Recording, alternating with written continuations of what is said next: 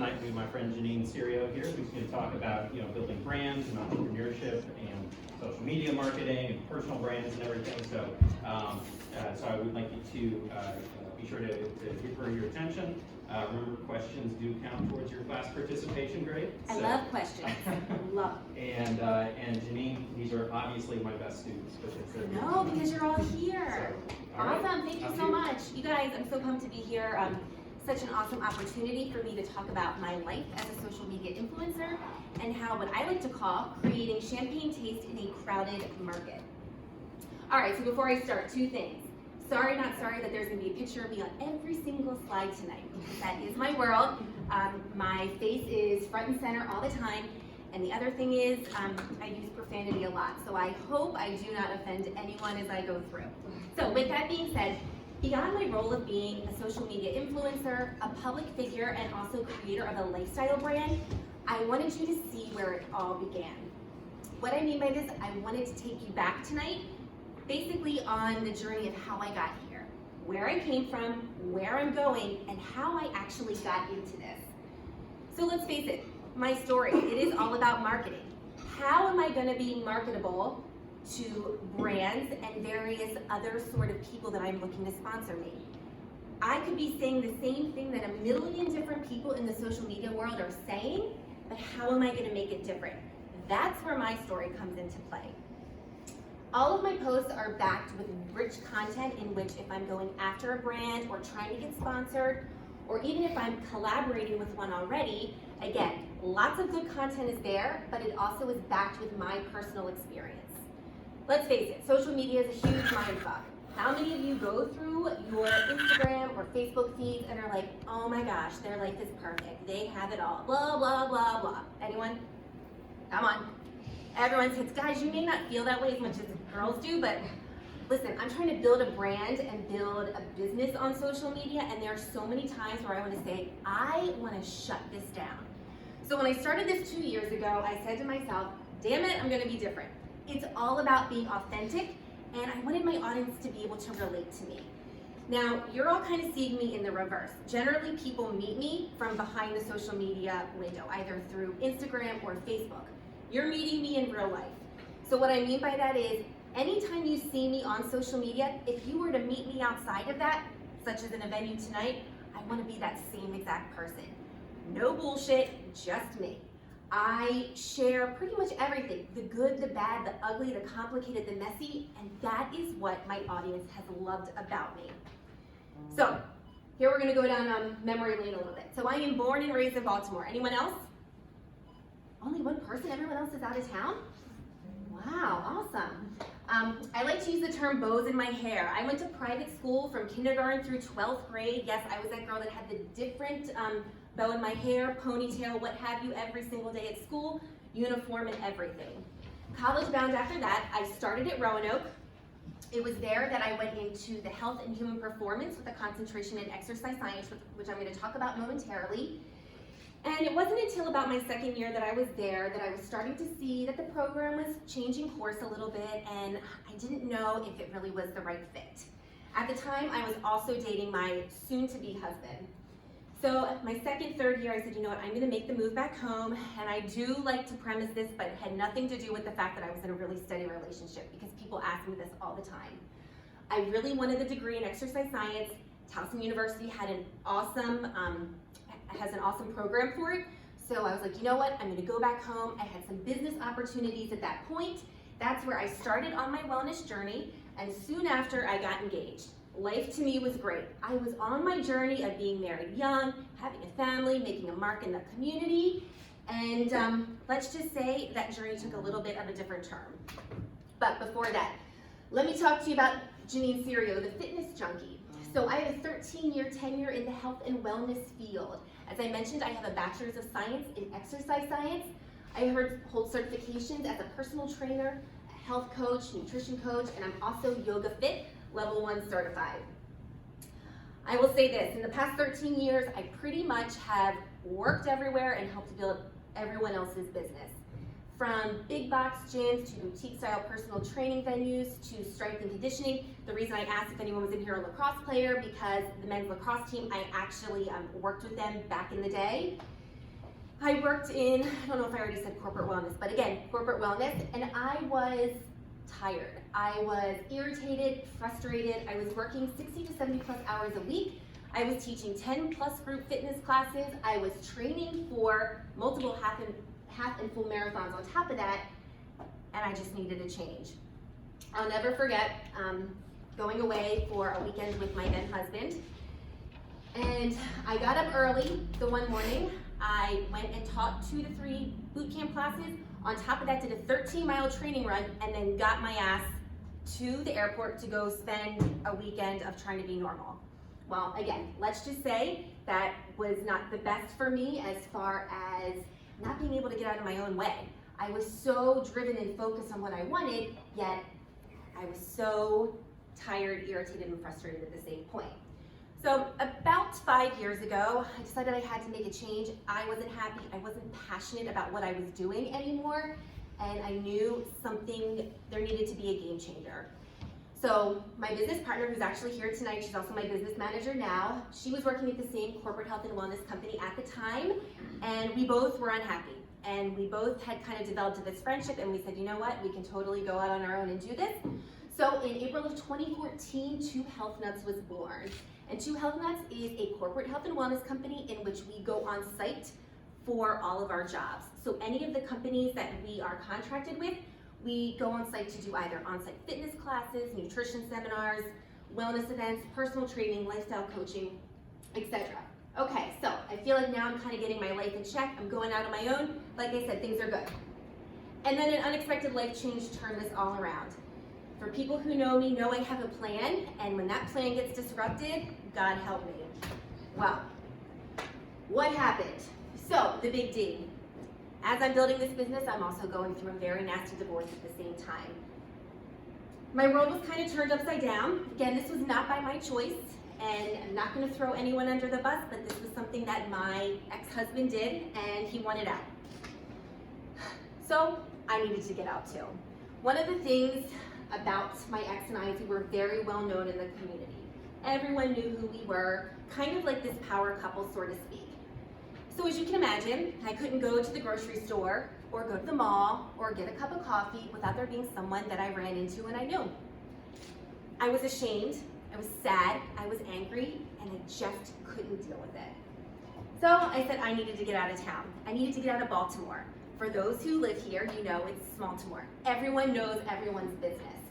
And I kept thinking that everyone was talking about me. How did I not know what was going on behind closed doors with my ex and someone else? How could I have been this naive? So I decided that I wanted to go to the place that I absolutely loved, and I have just this absolute, I couldn't even tell you, just a love affair with it, which is LA. So I packed up my bags in May of 2017, and I went to Santa Monica with $18 in my checking account. Don't worry, it got a little better. But I knew I needed to go to a place where I could just breathe. I didn't know anyone, which is probably the best thing for me because I'm so family oriented. I knew no one out there. But I really could take that time to figure out what did I want to do and what was this next step. Before I went out there, my business partner Derry and I did talk about this idea of the social media and being an influencer. She has boots on the ground here with doing all the on-site work, and I do a lot of behind the scenes. I do things like writing the programs, I research, I travel. But there was something that was kind of pulling me in another direction.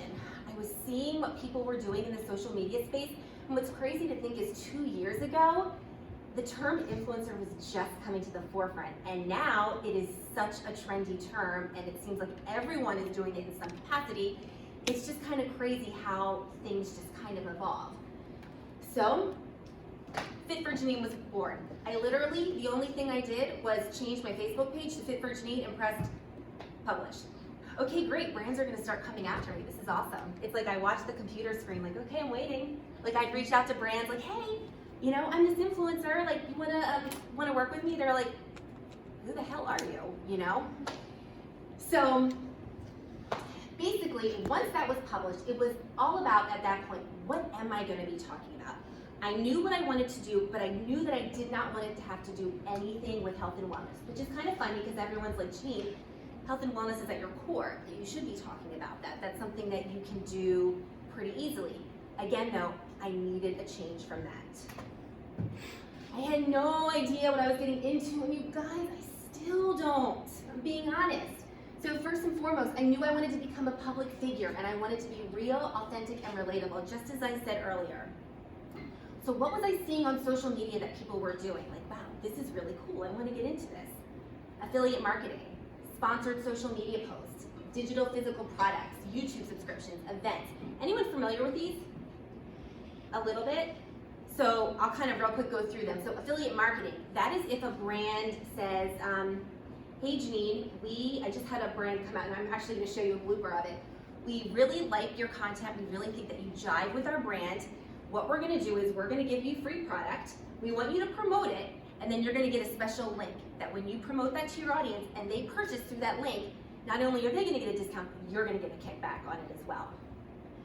Sponsored social media posts. This is really when you have a brand that comes to you that says, okay, it may involve free product, but this is where you're starting to get paid. Hey Janine, we want you to do a 6-week Instagram kind of takeover for us, or a 6-week Instagram, what have you. We're promoting this product. We think your audience would be perfect for it. And we're gonna pay you X amount of dollars, and typically it's based on what my media rates are, but sometimes you have to negotiate. Again, if it's a brand that you feel passionate about, then go for it. Digital physical products. These are things that I would develop on my own. I don't have any of these yet, but when I do, that is something that I would go ahead and I would sell. YouTube subscriptions. Okay, anyone subscribe on YouTube? I mean, there are like 5-year-olds who are like playing with toys, making millions of dollars. Like, it is insane. Has anyone heard that? Like, people, like, I just saw the other day on TV, some woman who like eats in front of her computer screen, and people like love it, and she's like making $1 million. Anyone know what I'm talking about? I don't get it, but hey, like, can I just put my picture up there? Maybe I'll start making $1 million. I don't know. As far as events go, and I'll talk about this in a moment, an event in which you're putting your name behind it too, people are making a lot of money off that as well. Again, you are bringing in different vendors.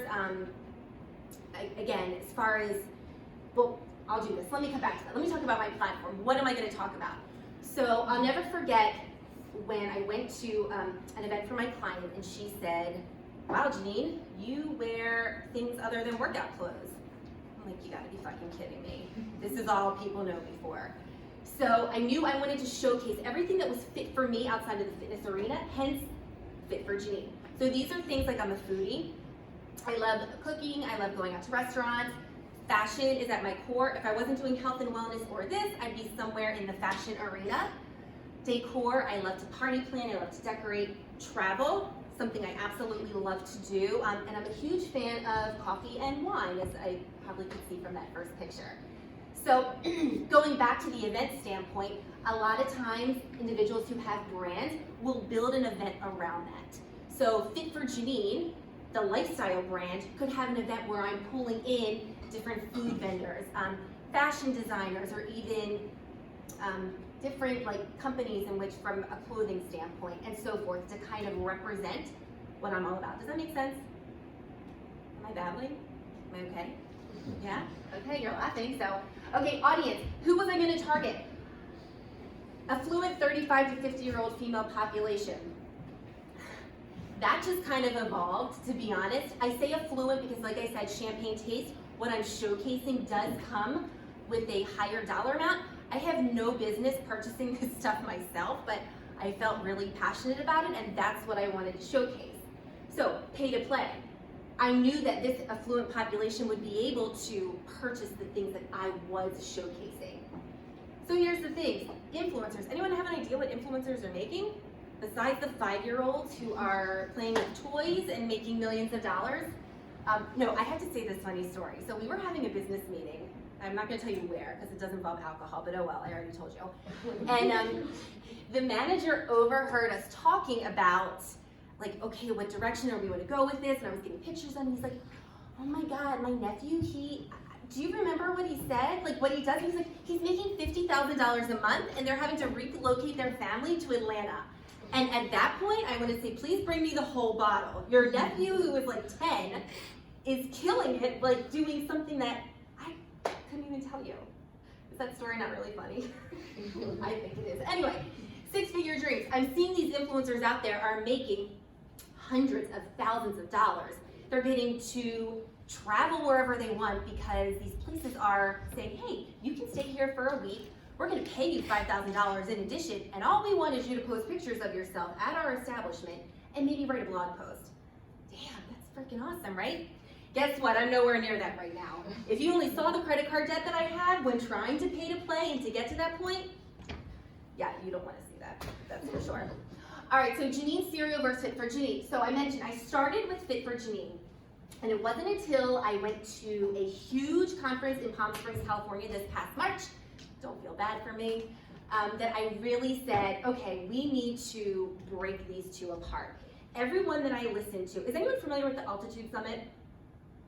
It's a huge conference for influencers, filmmakers, anyone from the creative background.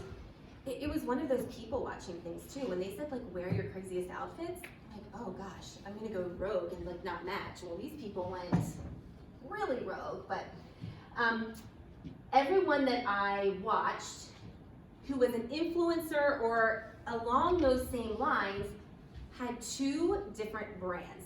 They branded themselves and they branded their lifestyle brand. And I'm just using that as an example because this is me. So I was trying to do all of this under Fit for Janine. I was trying to be the influencer and I was trying to create a brand as well. And that wasn't working. And finally, it's like the light bulb went off. Like, okay, we need to separate these two. So these are both trade names. Sorry, you can't take them. So now Janine Cereal is the influencer versus Fit for Janine, the brand. So what you would see on social media with Janine Cereal are all the things that I talked about before, but that's where you're gonna see my affiliate marketing, my sponsored posts, subscriptions, physical and digital products. The brand is gonna be more media focused. These are gonna be vlogs. Are you familiar with video blogging? So I've actually done this for a few establishments in the area. Magazine articles, TV appearances, radio gigs, in-person events. These are gonna have more of the high dollar amount. Make sense? So I am in this relationship with my computer and kind of like my dating game right now. I'm getting a whole lot on my end and not getting a whole lot in return. Come on, funny. So what exactly is involved in my day-to-day routine? So I'm an early riser. I probably get like 3 to 4 hours of sleep. It's really bad, but that's here nor there. So I get up, I check email, and I go through social media. I go through social media early because I never know what is going to be posted that needs to be removed. And I will talk about that in a little bit. I go through my to-do list for the day, and a majority of my time is spent writing content for posts, reaching out to potential sponsors and brands, editing photos and videos. On average, each post takes about 1 to 3 hours. So if on any given day I'm aiming for 3 posts, this could be 3 to 9 hours just on writing. That's nothing else. 3 to 9 hours in front of this beauty. It's awesome, right? No, it is, don't get me wrong. But I get a lot of reactions from people because people only see the pictures that are being posted. Half the time people don't read it. They're just like, oh, we really loved your picture. I was like, I was being so heartfelt in my content. I said, did you read it? They're like, no. I'm like, okay.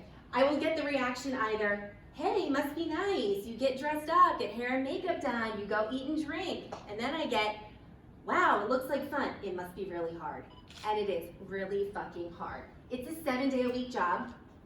There's no set business hours, but this is by my choice too. And I will give an example of what happened last 2 Saturdays ago.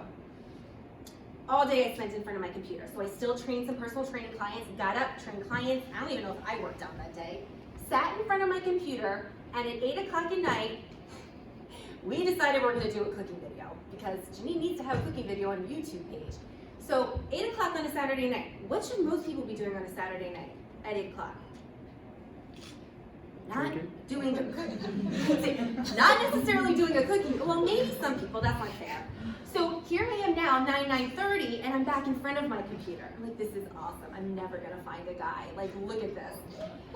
But again, this is by my choice. But you have to do what you have to do. I feel like I'm kind of behind the 8 ball at times with content, and I'm figuring this out. Don't ghost your audience. The minute you walk away, when I say like not post for a day or two, the minute you start losing followers. It's really kind of crazy. Have you ever done that yourself? Like, oh, so-and-so hasn't posted in a little bit. Anyone that you really follow? You're kind of like, oh, I'm bored with them. Maybe if they come down the pike again. No? It's just me then. All right, so here's a content example. If I was, and I'm a very organized person, but again, I'm figuring this out. Really, January through March should be planned by this point. It should be everything that I'm talking about content-wise, and it should already be mapped out. So as you can see tonight, I'm not wearing these black pants, but I will be at Dylan's Oyster House after this to get content. But this is how it is all laid out. I pick the location of where I'm gonna be, I pick the outfit that I'm gonna wear and what I'm gonna showcase, and then I correlate it to what I'm gonna be posting. Mind you, this has nothing to do with the content yet. I have not written what I'm thankful for this Thursday, or, oh gosh, my family, the Saturday stuff for the family wedding that we just had this past week. So this is another time sucker, and it's another entity of getting yourself out there. And that's what's crazy, the work that's involved behind the scenes with this. Like, I want to cry half the time, but again, it's my choice. Okay, I still don't know what I'm getting into, but here's what I've learned. No right or wrong, you can change this on the fly. That is the beauty of social media. As I talked about in the beginning, social media can be a harsh fake world. And so many times I said I want to shut it down because that comparison trap of, oh my gosh, I'm, playing with toys and I don't get 1 million subscribers. So that's the big thing here, is you kind of have to shut that piece down. Again, it's easy to compare yourself to, I'm doing everything this person's doing, and look, they're making millions of dollars. I'll get there. I keep telling myself that. You're putting yourself out there as an open invitation for questions, comments, and more comments. I've been lucky so far. I haven't gotten too many negative comments. I'll tell you the comments that I do get. And this is what I was talking about prior to. I get a lot of comments, especially from the male population on Facebook. I will get messages that are posted to pictures. I'll get private behind the scenes messages. And that was my point of I have to get up early sometimes because I don't know what is posted there. Most of the time it's inappropriate. This past weekend, my cousin got married, and last week I had talked about on social media that I had this conversation with my mom, like, oh my God, I'm gonna be the only one from our family there without a date. This is so not cool, I'm so upset. So I talked about it. And I had a gentleman who reached out to me that said, Janine, I've been following you for a really long time. I really like you, I think you're this and you're that. I would love to be your date to this wedding. This was followed up by message on Messenger. Hey, Janine, love to take you to this wedding. Then I had a text message. Hey, Janine, this is so-and-so. I didn't have your number until tonight, and I had this whole dissertation about how this guy wanted to take me to this wedding. A little creepy, not gonna lie. Had to change my voicemail, had to make a little bit of a robotic response, like, hey, thank you so much for reaching out to Janine, we'll pass this along to her. So that's what I mean. When you put yourself out there, you do have to grow some thick skin. And the comments, as I mentioned, I have a very heavily male-driven population on Facebook and very female-driven on Instagram. So it's interesting, that's for sure. Regardless of the material and the content you're putting out there, it's a numbers game. Brands want to see numbers. Why would they pick someone like myself with not a huge following right now when someone that has like 300,000 people? This is where I come into play. Micro-influencers are trending now. Brands are starting to realize, wow, micro-influencers are having more of an impact than these macro ones who have thousands of followers because their engagement rate is low. They are not getting that person to hit pay. They're just getting the person looking at it. Yes, you've got a lot of people, but they're looking for the ones that are gonna make the most impact. So how do I get noticed? A handful of ways to get seen. So boosted posts via Facebook and Instagram.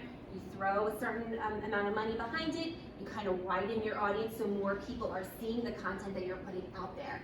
So did you know that if you're not active on someone's page enough, that you start to not see them in your newsfeed? Have you ever been like, wow, I don't see any so-and-so stuff anymore? I don't really know what the percentage is, but if you are not on there, if you're not interacting and liking and this and that, it ends up going away. So that's another reason why boosted posts are key. Sponsored content, as I mentioned, this is where brands are saying, hey, we're gonna pay you money, we want you to do X, Y, and Z for us. Cross-promoted content, even if you're not getting paid, you always would want a brand to not only you promoting on their page, but them promoting it on theirs as well. Timing of posted material. The jury's still out on this one for me. I went through a time where I was really looking at the analytics, like when are my followers really like looking at my pictures? And you know, I'm not gonna post at midnight, that's not my thing. And I really never found it to get a huge amount of traction, but who knows, that could change with the more followers I get. People have said that the timing of posted material is big. Takeovers. A lot of brands will say, hey, we want you to take over our social media for the day or our Insta stories. Media, where's Janine in the news? It's always good, especially from a local standpoint, to kind of get my name out here, whether it be in a local magazine or if it's a TV appearance or so forth. And the bottom line is keep pressing publish. As much as you feel like you're talking to your computer, you just gotta press publish every single day because you don't know who that person is that's gonna see you and say, you know what, I'm gonna give this girl a chance. Okay, so here's my favorite part. So I'm gonna give you a little behind the scenes here. And yes, so the clapping, which is really gonna come in this video, really has to do with the video stopping and starting. So it's not all serious. I do like to have some fun, and so these so-called videos, it takes a lot to get it right, so here you go.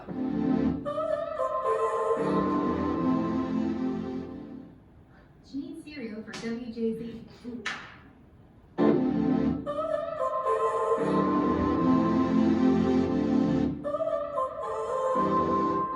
now, that's how I roll. Hey, just like Chardonnay, get better over time. Talking about today. No. To do with fine. Why is this so high? You're getting a phenomenal deal. And I have given as a gift to myself. I haven't been drinking.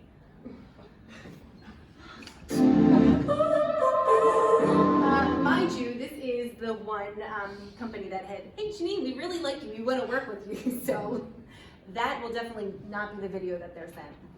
Okay, so here I am cooking. I guess I should tell you that I'm making a buffalo chicken dip today as part of my... No! Alright. I guess it would be helpful to tell you that I'm making a buffalo chicken dip today, and besides it being one and done in under 45 minutes, the other thing that I love about this is that it has minimal ingredients. Let's start with the basic of shit. Alright, here we go. No. I guess I should tell you that I'm making a buffalo chicken dip. We know you are, Janine. There we go. Oh God, help. Oh, we're just gonna watch those the rest of the night. I don't think you want to watch this the rest of the night. My... No! Oh, this is what I do at like 4 a.m. when I'm awake. I look at these videos and try to edit them. All right, so really behind the scenes, how do I determine my game plan? It's loose. I change it on the fly. While I do have a top tier goal, I need to be open to change. And that's why I felt so strongly about talking to you about my journey and where I've come from. Because as someone who was so set in her ways about, this is how it's supposed to be, married at 23, 5 kids, suburban, this and that, none of that's all gone to pot at this point.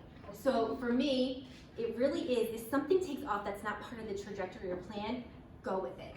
Don't try to fit, you know, how does that go? A square peg into a circular hole. Be loose, be able to change on the fly. And again, the game plan can change every day. Embrace it, do not resist it. And my mantra for the last few years is that I have to just keep trusting the process. I have to keep putting published. I have to keep putting myself out there. Even when there are days where I feel like a hot mess, I tell my followers that. Like, I'm fucking, like, I don't want to do this today, but I have to. So, with that being said, any questions? And I expect each one of you to become a follower of me tonight. And if not, well, I don't know. So these are my handles. That's my blog, my Facebook, my Instagram, YouTube. Just Google me. I don't have enough subscribers to have my own like URL yet, so it's a bunch of letters and numbers. But seriously, anyone have questions? Day in the life of me, anything? Yes. You said boosted like Instagram posts. Mhm. Like, can you pay them to like not like where it doesn't show up as a sponsored post, or they just like how does that work? Like can you pay them to put your post like at the top of everyone's Instagram feed? Or? So when you boost it, that is me personally putting money behind it. If it's a sponsored post, that's something completely different. Does that make sense? Yeah. So a sponsored post is when a brand is saying, hey, we want you to do X, Y, and Z. Here's the thing, I really hate Facebook, but if you don't have a Facebook page, a brand won't come after you. Even though Instagram is really probably the bigger platform, you need to be able to have Facebook because that's where you throw the money behind it, and since they work together.